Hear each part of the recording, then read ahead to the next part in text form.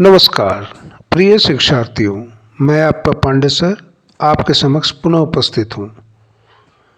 अध्याय 29 प्रदूषण कारण एवं निवारण की वाचन तथा व्याख्या के साथ। ये आपके टर्म 2 के सिलेबस का अंतिम अध्याय है। इसकी पृष्ठ संख्या है 106, पेज नंबर 106। तो मेरे साथ साथ आप भी पढ़िए और समझिए। प्रदूषण कार्य एवं निवारण वाचन और व्याख्या का प्रथम भाग। तो पढ़ते हैं। आज हम देखते हैं कि वर्षा समय पर नहीं होती, कहीं बाढ़ आ जाती है तो कहीं सूखा पड़ जाता है। मौसम समय पर नहीं आते हैं। मानव सभ्यता के विकास के साथ साथ प्रकृति में बहुत से परिवर्तन हुए। अपनी भौतिक सुख सुविधाओं के लिए मनुष्य ने प्राकृतिक साधनों का दोहन आरंभ किया और इस प्रकार प्रकृति का संतुलन बिगड़ने लगा, जिसके कारण मानव कई प्रकार के रोगों का शिकार होने लगा।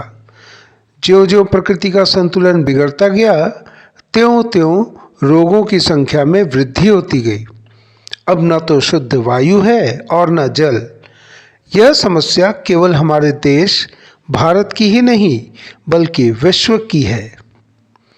यहाँ पर बताया जा रहा कि अभी हम लोग देखते हैं कि कभी वर्षा समय पर नहीं होती है तो कहीं बाढ़ आ जाती है, कहीं सूखा पड़ता है। मतलब मौसम में परिवर्तन हो रहे हैं। इसका कारण हम मानव हैं। हम लोग अपनी सुख सुविधाओं के लिए प्राकृतिक जो साधन है उनका उपयोग करना शुरू किए। दोहन मतलब उनको उपयोग करना अपने लिए, और इतना अधिक उपयोग किए कि प्रकृति का संतुलन बिगड़ गया, और जिसके कारण हम लोग कई प्रकार के रोगों का शिकार होने लगे। और जैसे जैसे प्रकृति का संतुलन बिगड़ने लगा वैसे वैसे रोग बढ़ने लगे। अभी देखो, अभी की स्थिति जो है, वायु में प्रदूषण है, न जल शुद्ध है। ये सिर्फ भारत की समस्या नहीं है, पूरे संसार की है। आगे पढ़ते हैं। सृष्टि के आरंभ में प्रकृति में संतुलन था। धरती वनस्पतियों से पूरी तरह ढक न जाए, इसके लिए घास खाने वाले जानवर पर्याप्त संख्या में थे, और इन जानवरों की संख्या में वृद्धि रोकने के लिए हिंसक जानवर थे, और इनमें संतुलन था। जनसंख्या में निरंतर वृद्धि होती जा रही है। हमारे देश की जनसंख्या 1947 ईस्वी में, जब हमारा देश स्वतंत्र हुआ था, 32 करोड़ के लगभग थी, जबकि आज इसकी जनसंख्या 1 अरब से भी अधिक हो गई है।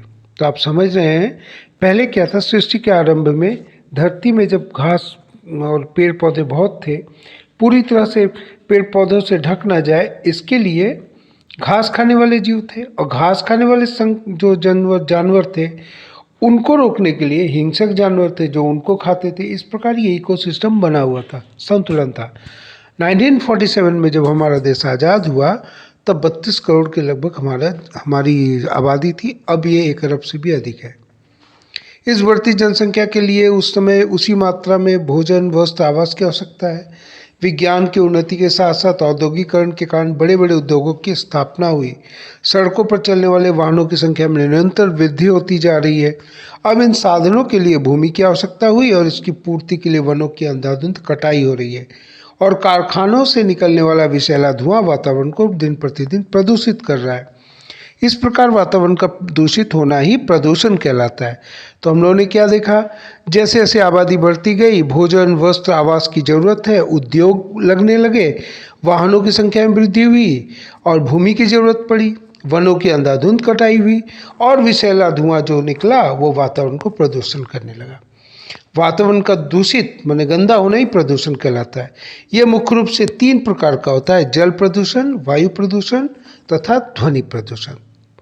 तो हम लोगों ने जाना कि प्रदूषण 3 प्रकार के हैं: जल, वायु और ध्वनि प्रदूषण। तो ये प्रथम पृष्ठ का वाचन और व्याख्या समाप्त हुआ।